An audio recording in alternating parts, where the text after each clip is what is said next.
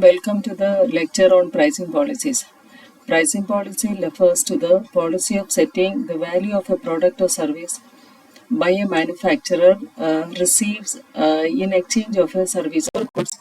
It is usually done after taking into account various internal and external factors and its own business objectives. If the firm set the value too high, they miss out on valuable sales. If the value is set too low, they miss out on valuable revenue. A clear pricing policy helps a business to increase as a sale, and it helps the firm to maximize the revenue, and it helps maintaining the profit margins, and it also ensures consistent pricing. Product price may be calculated on the following basis.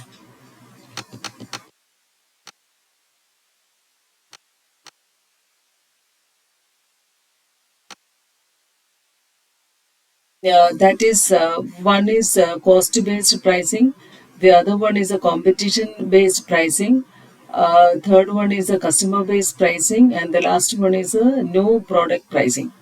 Now let us learn one by one. Okay, first one is a cost based pricing. Under this, there are two methods of pricing is there, and one is full cost pricing or cost plus pricing method. Full cost pricing is one of the simplest methods of pricing adopted by different firms. In this method, the firm computes the selling price of its product by adding a certain percentage to the total cost of the product. The percentage added to the cost is called a markup or margin. Hence, this method is called margin pricing or markup pricing. Cost plus pricing is equal to cost plus fair profit. But this profit is calculated, it is determined arbitrarily.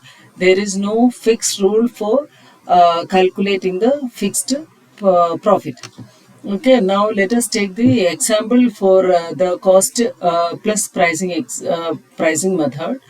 And here the company is producing 8,000 units of any product, and the total fixed cost for that manufacturing that products is equal to rupees 30,000, and the total variable cost is 50,000.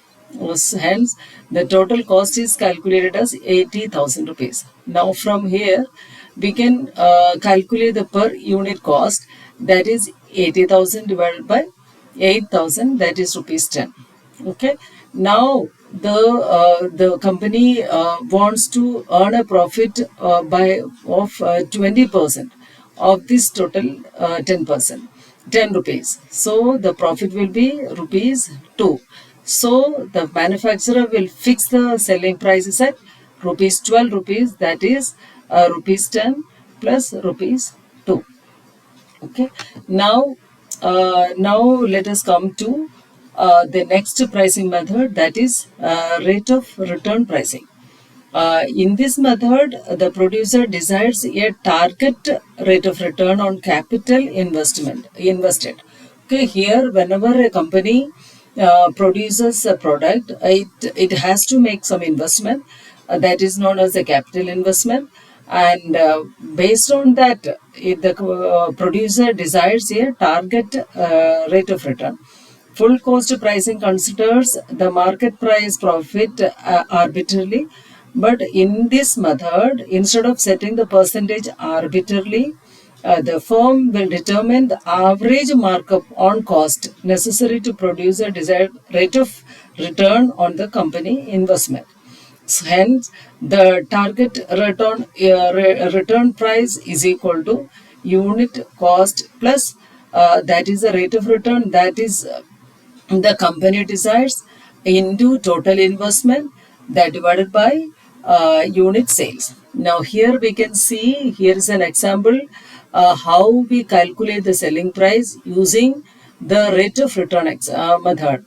Okay, here the investment is 10 lakh rupees, but the production is 10,000 units. The total cost is 4 lakh, and hence the unit cost is equal to rupees 40. here the firm desires it should get a rate of return is 20%. So the target return price is equal to 40, that is the unit cost, plus the rate of return, that is 0.2 into the total investment, divided by the number of units, that is equal to 40 plus 20, that is rupees 60. So the selling price is equal to rupees 60. See, when the firm sells 10,000 units at rupees 60 per unit each, then the company will be able to get the profit, no, at least 20%. That is the rate of return. Okay. Now we will see the next method, that is competition based pricing. Competition based pricing, there is under this one the pricing method is there, that is called going rate pricing. What do you mean by that going rate pricing? It is also called competitive parity pricing. It is a pricing strategy in which the business sets the price of its product or service based on the prevailing market price. Okay, what the competitors are charging. But here, in this thing, the firm will not fix the cost of a product, but it will look at the market and see how the market conditions are, how and what are the this competitors are charging, what price they are charging. Accordingly, it will set the price. In this method, the firm will give importance to the market conditions rather than the cost. In this method, the firm fixes its price according to the price fixed by the leader. A firm chooses the price which is going in the market and charge a particular price that the other followers are charging. Here, like an example, take the example of a banking sector.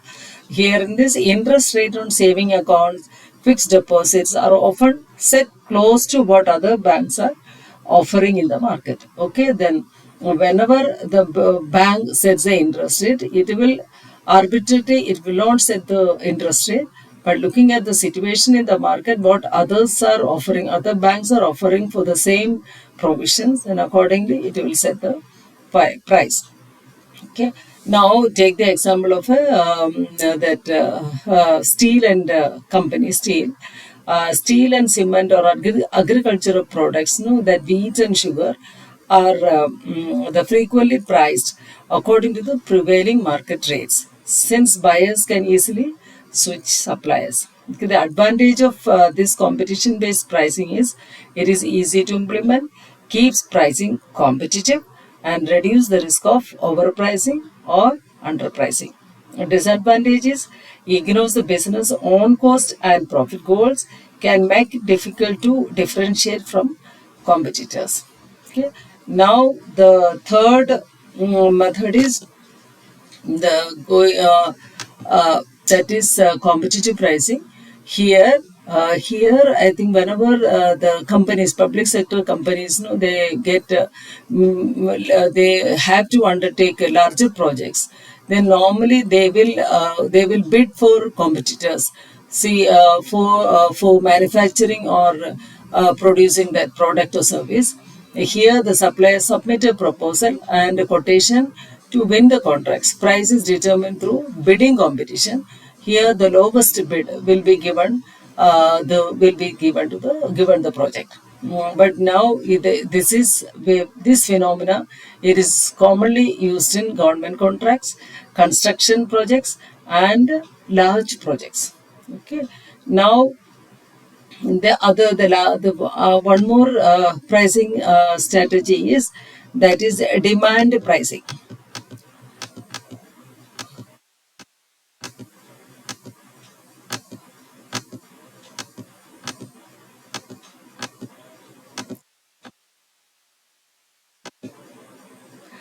Demand based pricing, that is in this thing, one is perceived value pricing. The price of a product depends on what the customer perceives about the product. Maybe the product performance, quality, or warranty, and the customer support. Based on these features, no, the customer already they perceives an amount and value, and accordingly the manufacturer will set the price. Perceived pricing is the value that the customers are willing to pay for a particular product or service based on the perceptions about the product. Okay. Now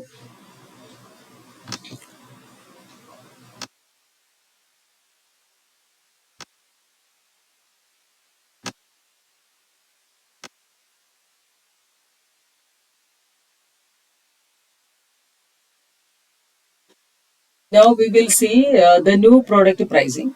Whenever a firm launches a new products in the market, the setting of price is based on the following strategy.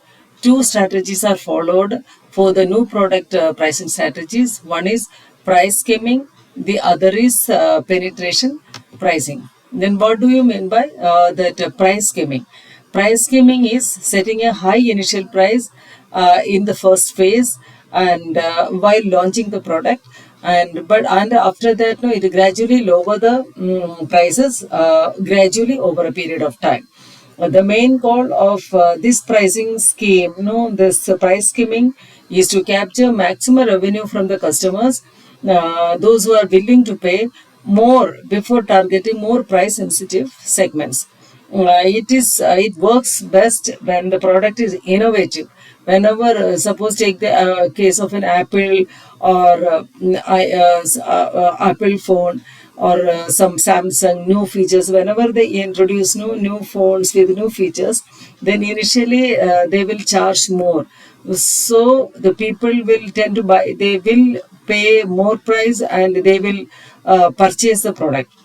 Then gradually, then when the competitors will also come up with the same phones or features, then automatically the price will come down. Now we can take the example of a new smartphone models, gaming consoles or premium electronics launched at higher price, which drops as the competitors enter or the newer models replace them. Say now, what is the penetration pricing? Penetration pricing is where the manufacturer will set a lower initial price to attract customers quickly and gain the market share. Then after that, it will raise the price. Okay, the goal of this pricing strategy is to build a large customer base fast and create switching costs and discourage competitors from encouraging. Okay, it will work where the market price is very sensitive and there is likely to be competition, or the economies of scale can lower cost as the volume grows. Okay, now, for example, we take the example of a streaming services or telecom providers. Then what will they will do while launching the service? No, they will offer very low introductory price rates to build a subscriber basis. But then after that, they will start adjusting the prices. They will increase the price later. Okay, and another one is the administrated prices. In administered pricing, the price are fixed by the government for a few products. Okay, like in the case of steel, coal, aluminium, fertilizers, and cooking gas. These products are the raw materials for other industries. So there is a greater need for establishing and stabilizing the total output and their prices. Okay. Now, the examples are the electricity tariff, railway fares, public bus fares, and water charges. Then comes to marginal cost pricing. It is a pricing method where the price of a product or service is set equal to its marginal cost. What is the marginal cost refers to?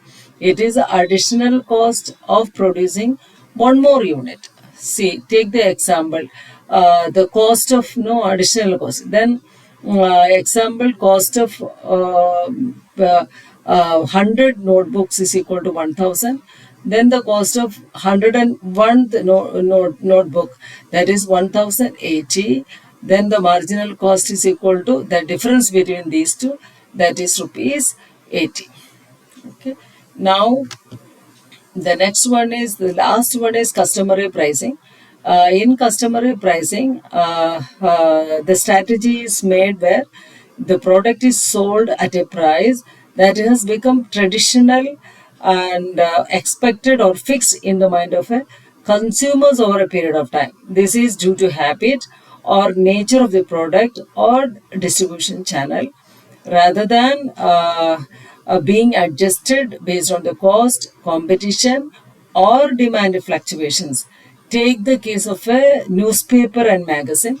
Every time, the price is fixed at the customary amount, that is rupees 2,250, or for a long period. With the publishers, what they do, the price will remain the same, but if they want to,